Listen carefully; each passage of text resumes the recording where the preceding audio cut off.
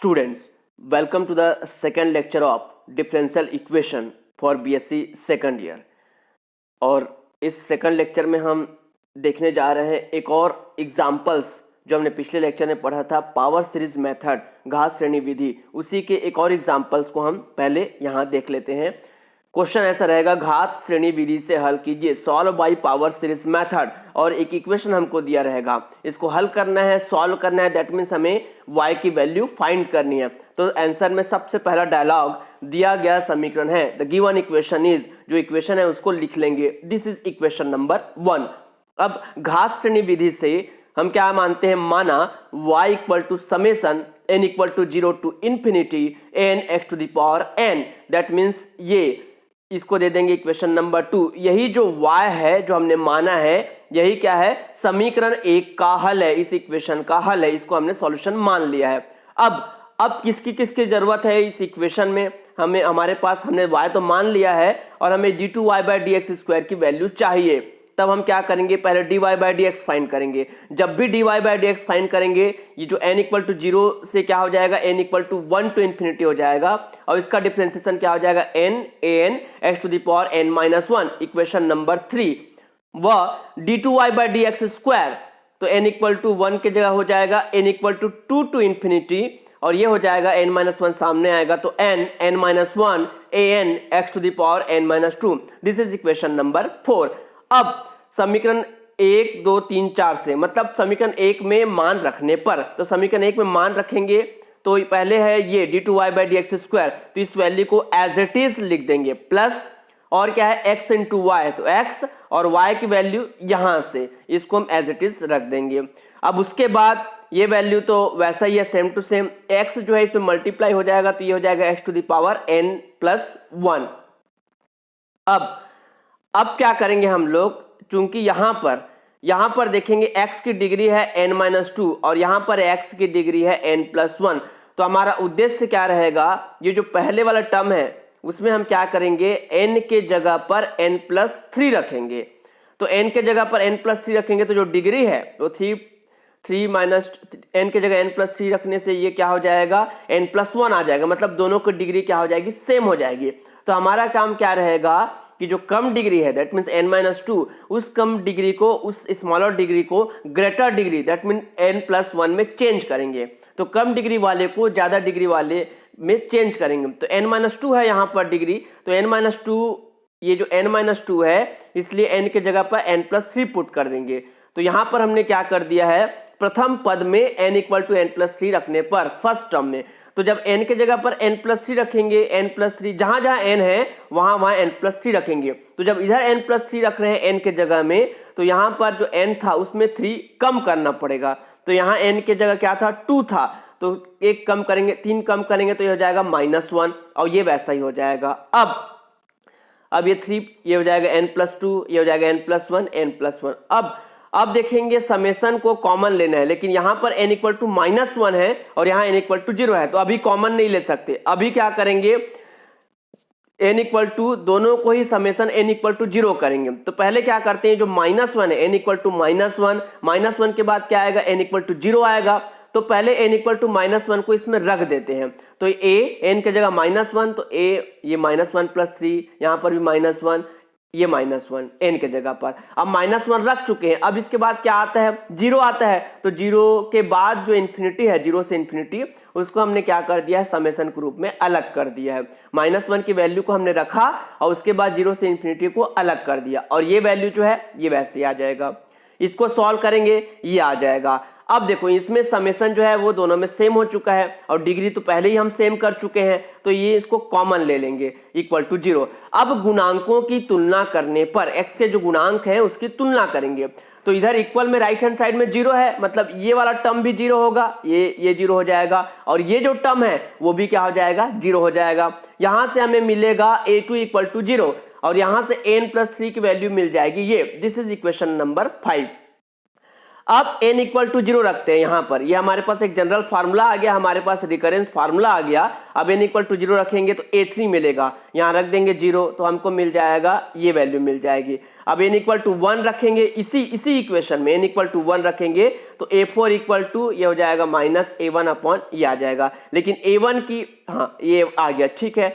अब इसके बाद n इक्वल टू 2 रखेंगे, तो 2 रखेंगे तो a5 इक्वल टू ये आ जाएगा, यहाँ पर 2 रख देंगे, 2 a5 equal to minus a2 upon ये 5 इंटू 4, ये ऐसा आ गया माइनस a2 अपॉन 5 इंटू 4। लेकिन a2 क्या, a2 की वैल्यू हम निकाल चुके हैं, यस a2 इक्वल टू क्या है 0 है, तो यहाँ पर a2 की जगह 0 रखेंगे तो ये वैल्यू मिल जाएगी। इसी प्रकार n इक्वल टू 3 रखेंगे तो ये आएगा, लेकिन a3 की वैल्यू हम यहाँ पर निकाल चुके हैं माइनस a0 बाई 3 इंटू 2, तो इस वैल्यू को यहाँ पर पुट कर देंगे। इसी प्रकार एंड सो ऑन और आगे भी। अब ये पूरी वैल्यूज निकल चुकी है, तो समीकरण 2 से, समीकरण 2 मतलब जिसको हमने हल माना था, y इक्वल टू जो हमने हल माना था, सॉल्यूशन माना था, वहां से a0 a1 a2 a3 इन सब की वैल्यूज को हम यहाँ पर पुट कर देंगे। पुट करने के बाद इसको हम और ऐसा सॉल्व कर लेंगे। अब यहाँ पर a0 वाले टर्म है तो a0 को कॉमन ले लेंगे, ये आ जाएगा, और a1 वाले जो टर्म है इसको कॉमन ले लेंगे, तो यही अभीष्ट हल है। दिस इज रिक्वायर्ड सॉल्यूशन, ये हो गया आंसर।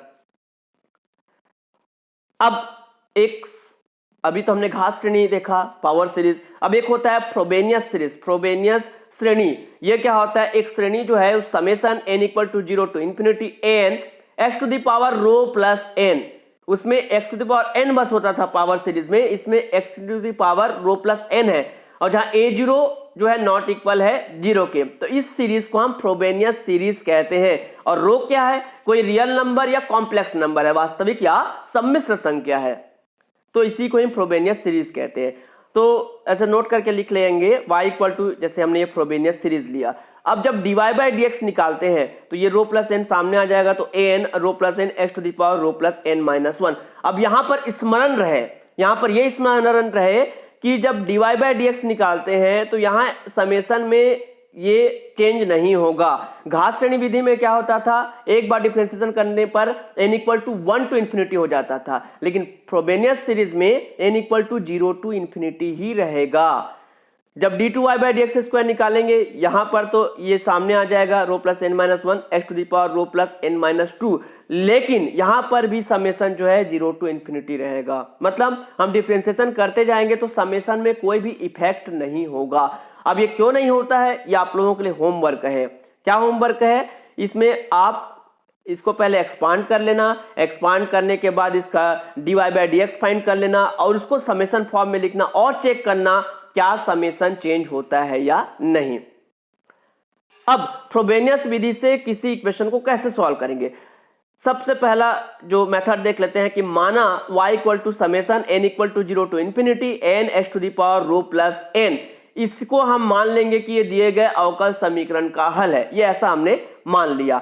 अब उसके बाद क्वेश्चन में जिसका जिसका जरूरत है y dash, y double dash, y triple dash, जो जो जरूरत है उसको फाइंड कर लेंगे अकॉर्डिंग टू नीड, आवश्यकता अनुसार। अब क्या करेंगे, थर्ड पॉइंट क्या लिखा हुआ है, इन मानों को समीकरण में रखकर x की जो न्यूनतम घात होगा, मिनिमम डिग्री, उसके गुणांक को, उसके कोफिशिएंट को 0 के बराबर रखकर रो का मान ज्ञात करेंगे। मतलब तीसरे स्टेप में क्या करेंगे, हम रो के मान को ज्ञात करेंगे। कैसे ज्ञात करेंगे, जो x के मिनिमम जो डिग्री होगा वहां पर उसके गुणांक को 0 के बराबर करेंगे। ये जब क्वेश्चन देखेंगे तो और क्लियर हो जाएगा। अब जब रो के हो सकते हैं 2 वैल्यू आ जाए, तो 2 वैल्यू जब अगर आएंगे तो इसमें 2-3 केस हो सकते हैं। पहला कि अगर दोनों वैल्यू है रो 1 माइनस रो 2, वो ना तो 0 है और ना ही कोई इंटीजर है, पूर्णांक है, तब रो इक्वल टू रो 1 के लिए एक अलग हल मिलेगा, रो इक्वल टू रो 2 के लिए एक अलग हल सॉल्यूशन मिलेगा, जिसे लिनियरली इंडिपेंडेंट सॉल्यूशन, रैखिकता स्वतंत्र हल कहेंगे। केस 2, अगर रो 1 रो 2 जो है सेम आ गए, मान लेते हैं अल्फा, तब 2 रैखिकता स्वतंत्र हल प्राप्त होते हैं इस प्रकार से, y1 equal to summation n equal to 0 to infinity n x to the power rho के जगह अल्फा अल्फा प्लस n, और सेकंड y2 होगा y1 log x plus x to the power alpha summation n equal to 1 to infinity del an by del rho, where rho equal to alpha x to the power n। Case 3, अगर रो 1 minus rho 2 जो है एक positive integer आ जाए, n आ जाए, तब भी दो रैखिकता स्वतंत्र हल, लिनियरली इंडिपेंडेंट हल मिलेंगे। पहला y1 equal to y rho equal to rho 1 के लिए, and y2 equal to del y by del rho where rho equal to rho 2 के लिए। और जो व्यापक हल हो जाएगा वो क्या हो जाएगा, y equal to a y1 plus b y2। Note, अगर फ्रोबेनियस विधि में रो इक्वल टू 0 आ जाता है, रो इक्वल टू 0 आ जाता है तो ये घात श्रेणी पावर सीरीज में ट्रांसफॉर्म हो जाता है। कैसे, y इक्वल टू ये हमारा क्या है, फ्रोबेनियस है। अब इसमें रो के जगह अगर हम 0 रखते हैं तो क्या मिलेगा, summation n equal to 0 to infinity n x to the power n, और ये क्या है, पावर सीरीज है, घात श्रेणी है। मतलब रो इक्वल टू 0 कंडीशन में फ्रोबेनियस सीरीज जो है वो पावर सीरीज में तब्दील हो जाता है। मतलब रो इक्वल टू 0 जो है वो फ्रोबेनियस सीरीज में एक पर्टिकुलर केस है जो पावर सीरीज में ट्रांसफॉर्म हो जाता है। अब क्वेश्चन देखते हैं। क्वेश्चन ऐसे ही पूछेगा शॉर्ट में, हल कीजिए, सॉल्व दैट, और एक इक्वेशन दिया रहेगा। इस इक्वेशन को हमने पावर सीरीज मेथड में भी सॉल्व किया था एग्जांपल में। अब इसी इक्वेशन को हम फ्रोबेनियस से सॉल्व करके देखते हैं, एक्सपेरिमेंट। अब dy by D X minus Y equal to 0, ये क्वेश्चन है। सॉल्यूशन, पहला डायलॉग, गिवन दैट दिया है dy by D X minus Y equal to 0, this is equation number 1। अब हम क्या करते हैं, फ्रोबेनियस विधि में माना y equal to summation n equal to 0 to infinity n x to the power rho plus n, इसको हम दे देंगे इक्वेशन नंबर 2। यही y जो है वो हमारे दिए गए समीकरण का हल है। This is equation of given equation, this is solution of given equation. अब किसका जरूरत है, dy बाई डी एक्स का जरूरत है। तो dy by D X equal to, अब मैंने बताया है कि फ्रोबेनियस विधि में अगर हम dy बाई डी एक्स या d2y by D x square find करते हैं तो इस समेशन में कोई चेंजेस नहीं होगा, इसमें कोई चेंजेस नहीं होगा। तो ये हो जाएगा rho plus n an x to the power rho plus n minus 1, this is equation number 3। अब क्या करेंगे, समीकरण 1 में मान रख देंगे, जो इक्वेशन दिया हुआ है इसको और इसको उसमें रख देंगे, दिस इज इक्वेशन नंबर 4। अब पहला काम क्या करेंगे, सबसे पहला काम है हमें रो का मान निकालना। रो का मान निकालने के लिए क्या करना है, x की मिनिमम डिग्री को ढूंढे। यहां पर x की डिग्री है रो प्लस n माइनस 1, यहां पर x की डिग्री है रो प्लस n, इन दोनों में मिनिमम कौन है, ये है x to the rho plus n minus 1, ये मिनिमम डिग्री है, ये न्यूनतम घात है।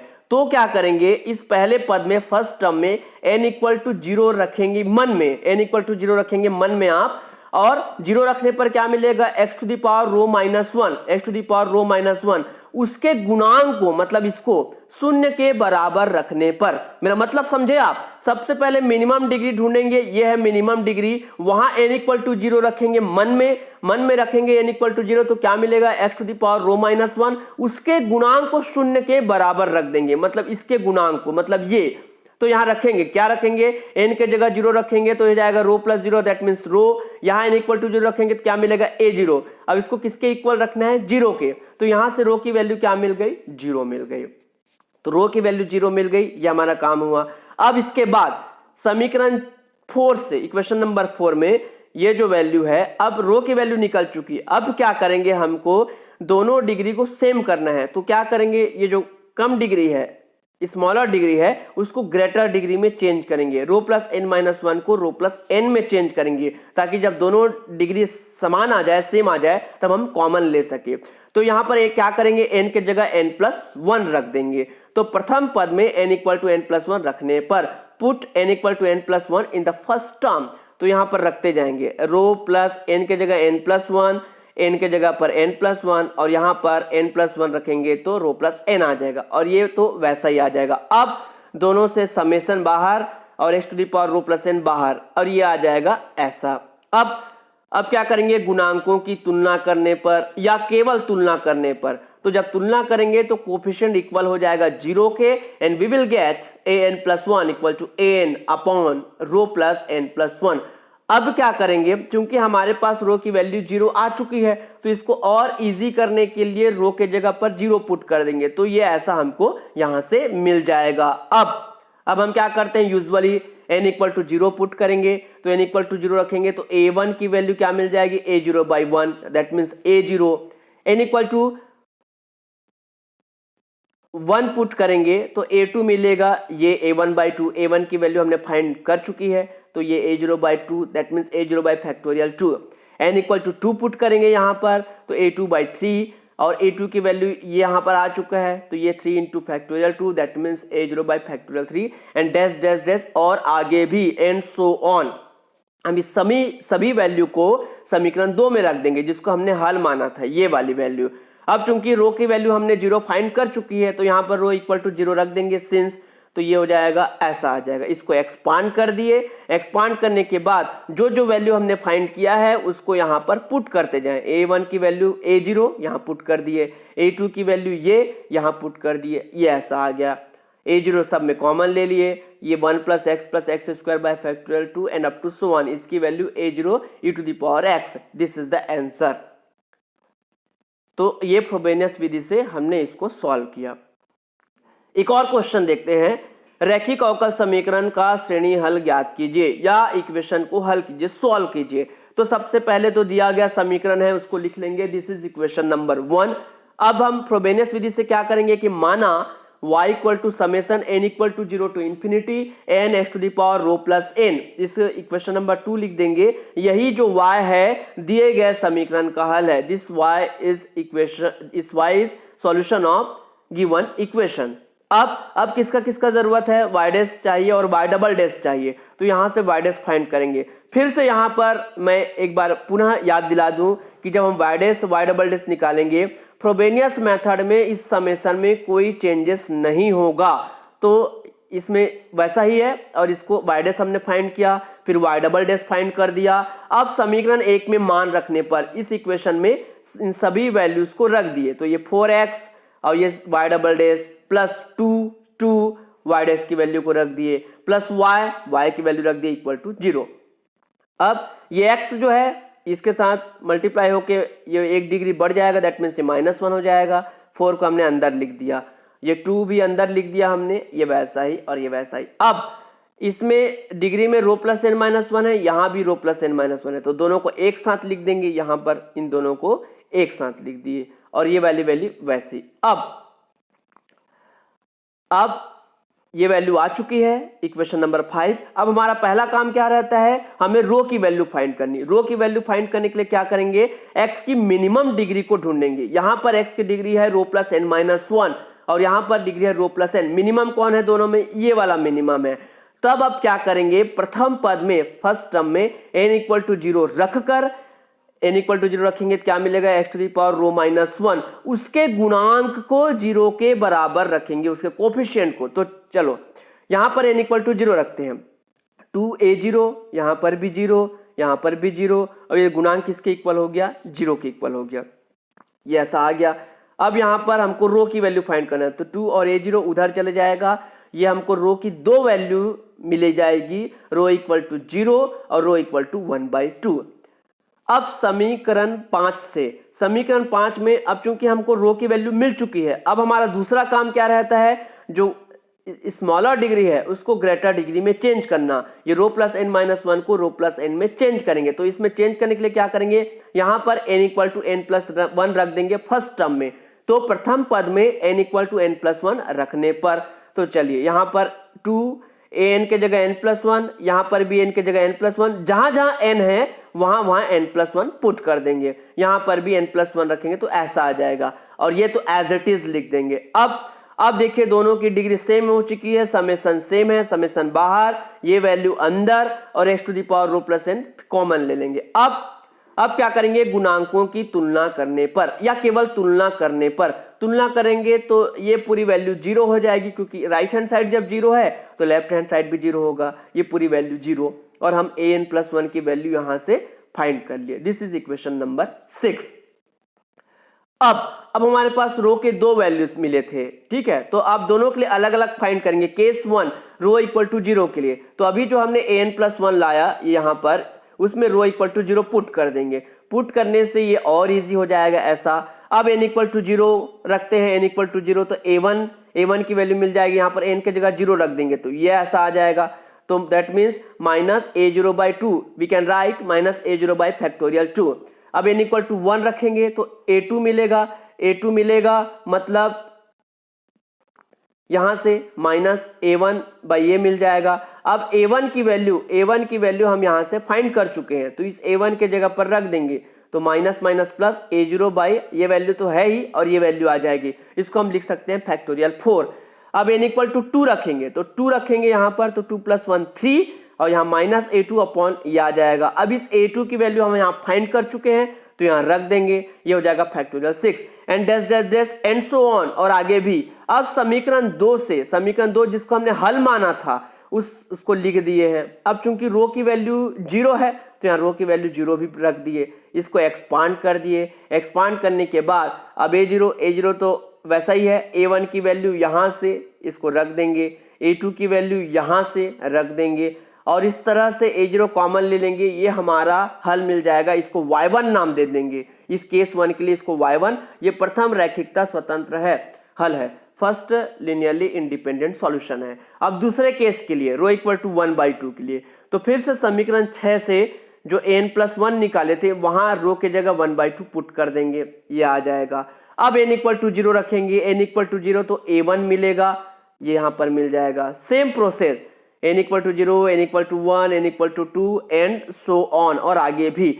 अब समीकरण 2 में जो हमने हल माना था उसको यहां पर लिखेंगे। अब चूंकि रो यहां पर क्या है 1/2 है, तो रो की जगह 1/2 रखेंगे, यहाँ रीजन भी दे देंगे कि सिंस रो इक्वल टू 1/2।